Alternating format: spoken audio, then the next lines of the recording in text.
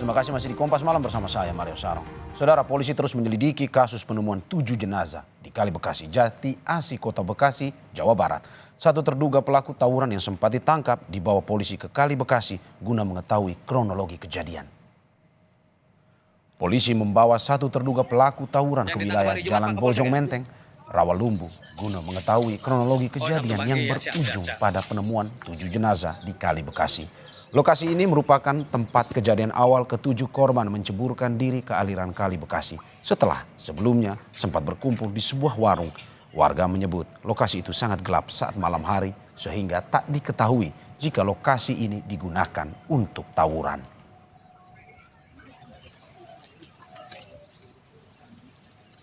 Memang betul, kalau tahun-tahun dulu siap biasa anak itu tawuran itu per tahun nih Bang.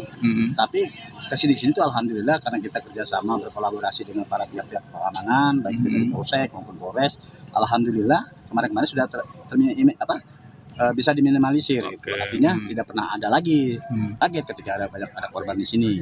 Tapi kalau setahu saya kalau untuk buat anak-anak yang tawuran di sekitar lingkungan sini itu tidak pernah ada sih sebetulnya.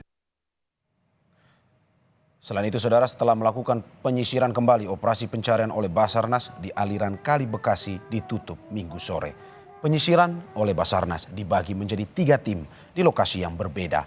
Hasil pencarian tidak ditemukan jenazah lain di aliran Kali Bekasi. Meski demikian, tidak menutup kemungkinan Basarnas akan kembali melakukan pencarian jika ada laporan baru.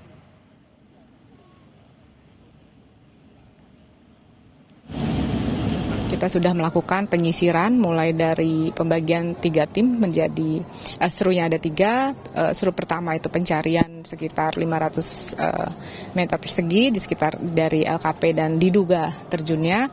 Kemudian yang kedua itu tim dari mulai LKP sampai dengan ke pintu air. Kemudian yang ketiga itu penyisiran dengan berjalan kaki dan menggunakan drone. Hari ini 17.30 tidak diketemukan korban lagi selain yang 7 ditemukan tadi pagi.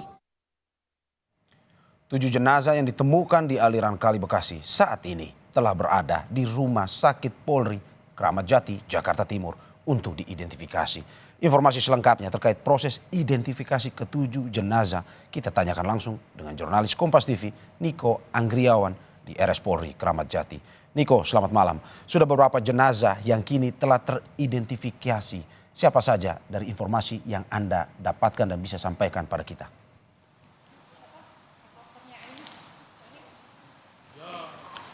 Ya, selamat malam Mario dan juga saudara. Ke-7 jenazah yang ditemukan di Kali Bekasi pada Minggu pagi tadi saat ini berada di ruang instalasi forensik kedokteran Mabes RS Polri Kramat Jati, dan ke-7 jenazah yang usianya ini masih remaja. Ke-7 jenazah laki-laki yang usianya ini masih remaja ini masih berada di ruang forensik untuk keperluan identifikasi. Adapun berdasarkan keterangan dari pihak RS Polri, ke-7 jenazah yang saat ini sedang diidentifikasi ini merupakan jenazah yang tadi ditemukan pada Minggu pagi di Kali Bekasi, dan berdasarkan pernyataan dari RS Polri bahwa ke-7 jenazah ini sudah berada di air lebih dari 24 jam. Dan kemudian berdasarkan dari pernyataan Dirkrimum Polda Metro Jaya Kombes Wira Satya menyatakan bahwa ke-7 korban ini dipastikan melompat dari jembatan dan tidak ditemukan luka apapun, luka kekerasan akibat kekerasan atau luka-luka lain yang menempel pada tubuh korban. Dan sementara tadi siang ini ada 2 keluarga yang datang ke RS Polri Kramat Jati. Keluarga ini menyatakan bahwa ia kehilangan anggota keluarganya yang diduga yang bernama MR dan AD yang keluar pada Jumat kemarin, dan keluarga ini juga mencocokkan dari pakaian yang dikenakan MR dan AD saat keluar pada Jumat malam lalu dan yang ditemukan dan dicocokkan pada foto dan video korban yang ditemukan pada pagi hari ini. Dan kemudian pihak RS Polri ini langsung mencocokkan data tersebut dengan ke-7 jenazah yang saat ini masih diidentifikasi.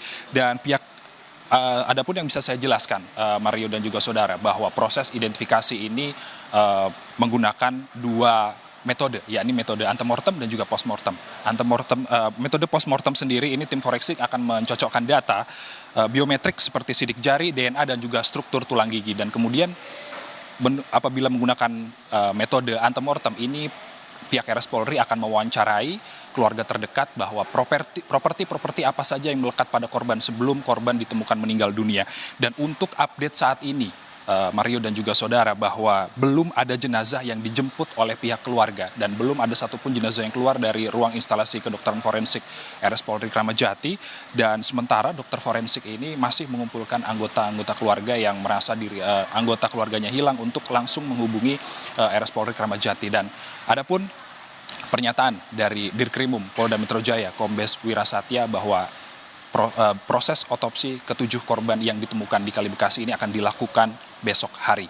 Dan tim forensik tadi mengimbau pada masyarakat bahwa apabila ada keluarga yang hilang atau merasa ada kehilangan keluarga yang beberapa hari ini, bisa langsung datang ke Rumah Sakit Polri Kramat Jati dengan membawa peralatan pribadi milik korban seperti sikat gigi, lalu ada sisir yang masih ada rambutnya, dan juga baju-baju korban yang belum dicuci untuk kemudahan proses identifikasi. Untuk sementara demikian, Mario.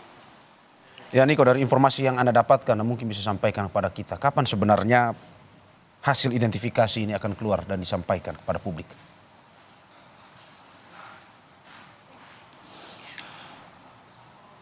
Iya, berdasarkan keterangan dari Kombes Wirasatya yang selaku Dirkrimum Polda Metro Jaya bahwa nantinya proses otopsi akan dilakukan besok, dan tentunya bahwa nanti kita masih menunggu pernyataan resmi dari RS Polri bahwa apa saja hasil dari identifikasi ketujuh jenazah yang ditemukan di Kali Bekasi tadi pagi. Dan ini kita masih menunggu informasi resmi dari RS Polri untuk keterangan tersebut. Mario. Ya, kita ikuti terus perkembangan informasinya. Terima kasih Niko atas laporannya. Selamat bertugas kembali.